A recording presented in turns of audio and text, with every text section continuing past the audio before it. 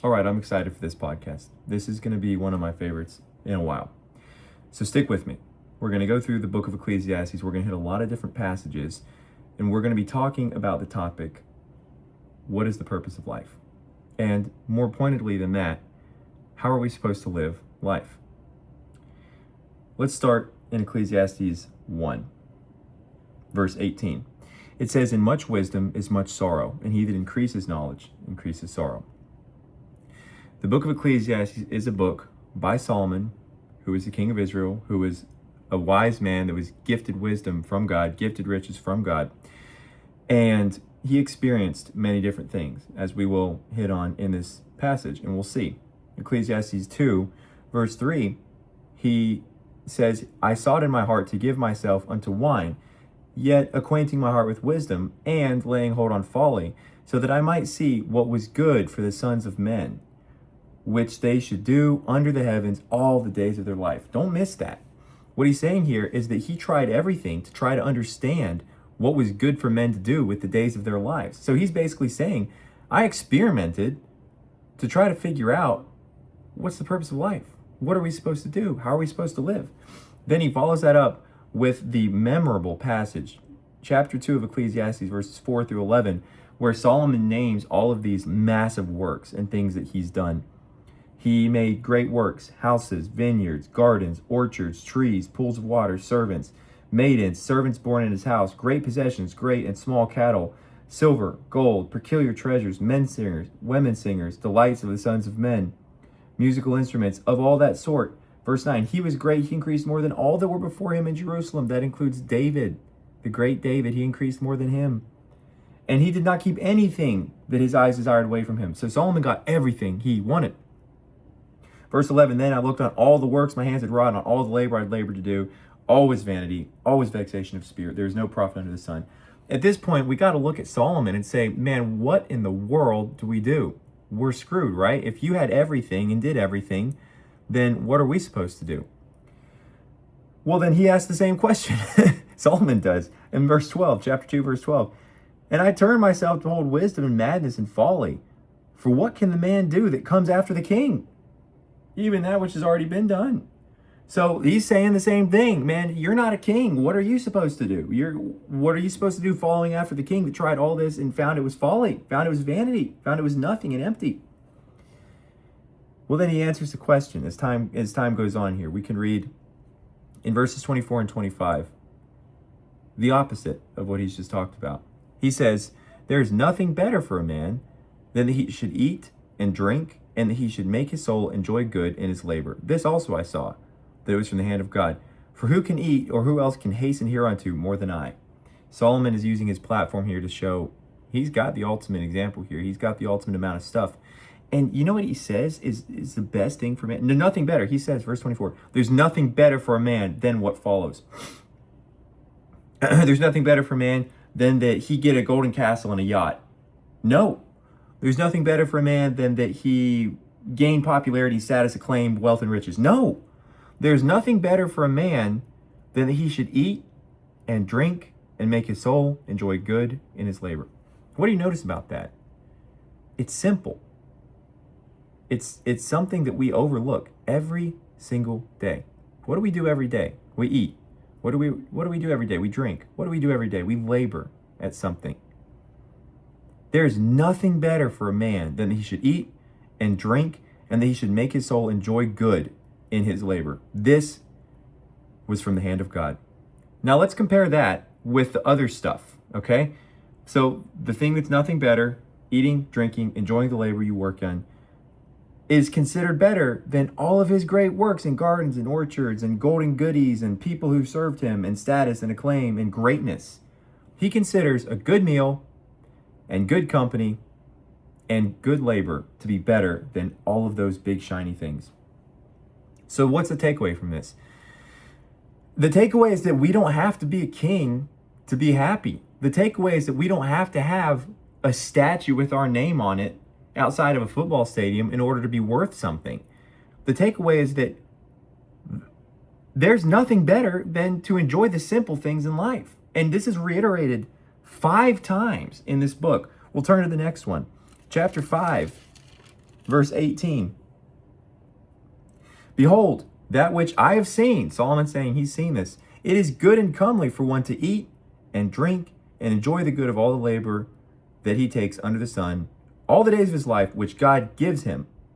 For this also is his portion. We can read again chapter 8, verse 15 through 17. Then I commended mirth, happiness, because a man has no better thing under the sun than to eat and to drink and to be merry, for that shall abide with him of his labor the days of his life, which God gives him under the sun. Now, what's the reason for this? We'll take a break from the last two and come back that talk about the same thing. Why is it that we should enjoy what happens to us every day? We'll go to the next little bit here. Ecclesiastes 9, verses 7 through 12. Very telling passage here. He says, Go thy way, eat thy bread with joy, and drink thy wine with a merry heart, for God accepts your works. And he describes this. Let your garments be white, and enjoy the wife that you love in the days of your vanity.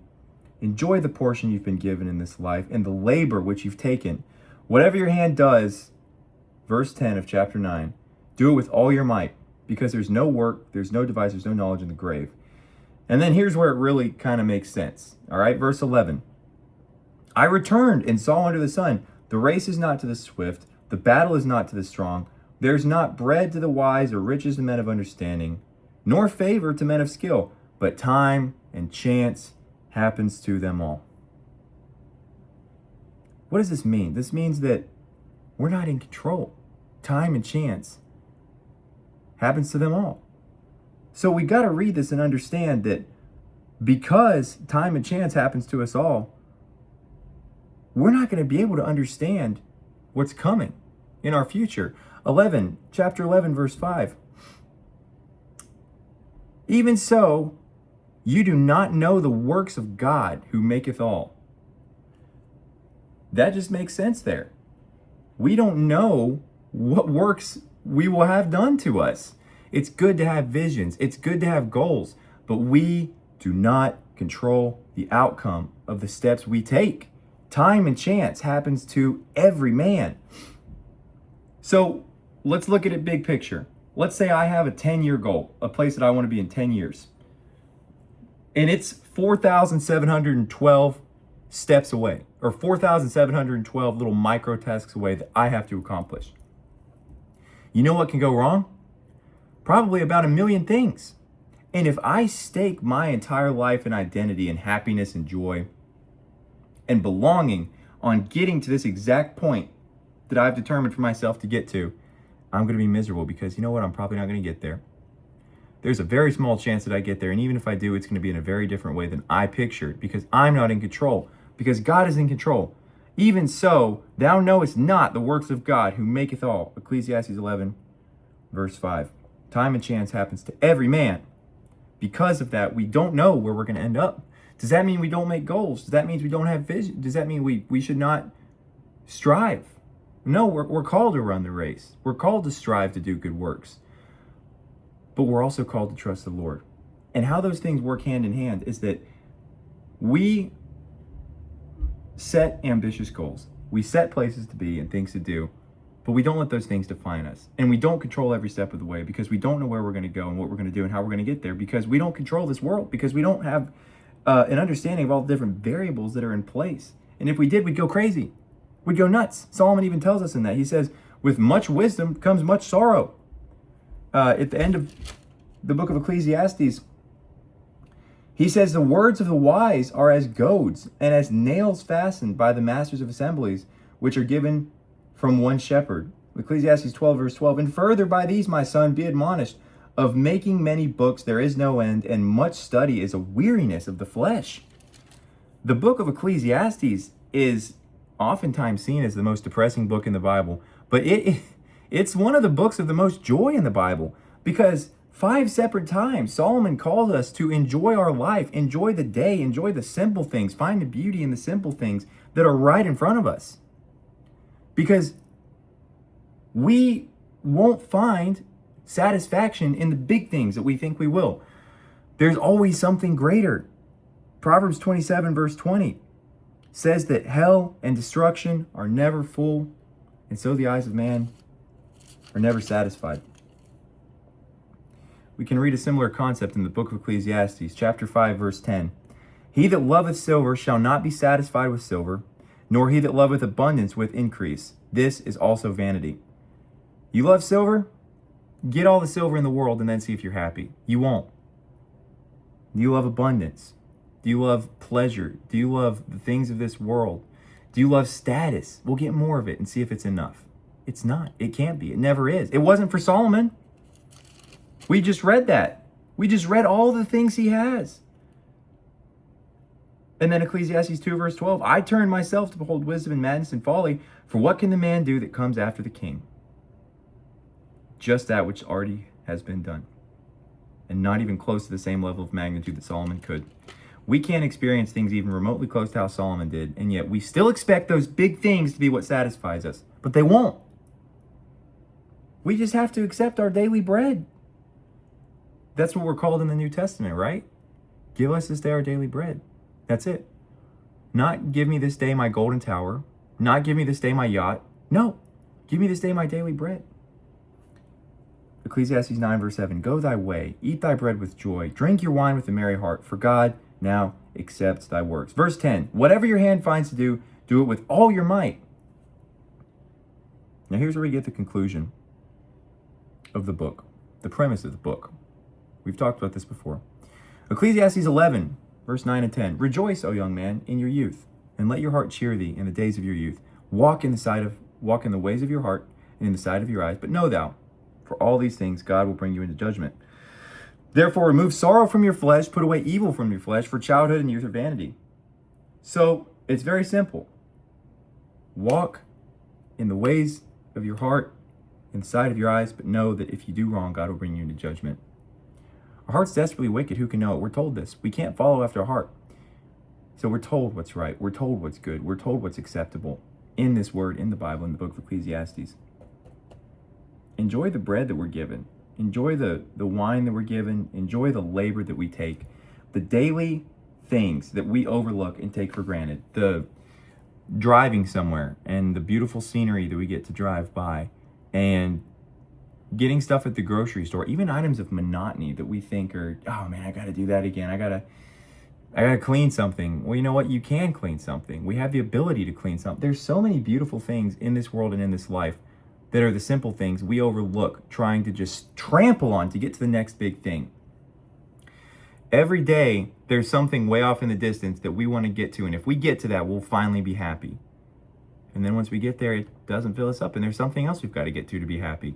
Well, what if instead of trampling on all the things happening right now to get to the big thing that's going to fulfill us, we just look at the little things around us right now and realize those are the things that were made to fulfill us. Those are the things that God put in our lives to give us joy and beauty. Maybe that's the answer. I think it is the answer, and I think that's what Solomon's telling us. That's an encouraging message for me, because that takes away the aspect where we have to be great in order to enjoy this life, or we have to achieve something in order to be all right or to be okay, that we have to have a certain status in this world and make people respect us and find your wife or find your husband or find the perfect job or find the perfect place to live or find your perfect meaning. Well, Solomon says that all that stuff he tried and he did, and it didn't fulfill him. But you know what it did? Eating and drinking and enjoying the labor of his hand in the day that was given to him. That's very encouraging. Okay, I hope you enjoy this. I hope you're encouraged by this. Have a great week. Goodbye.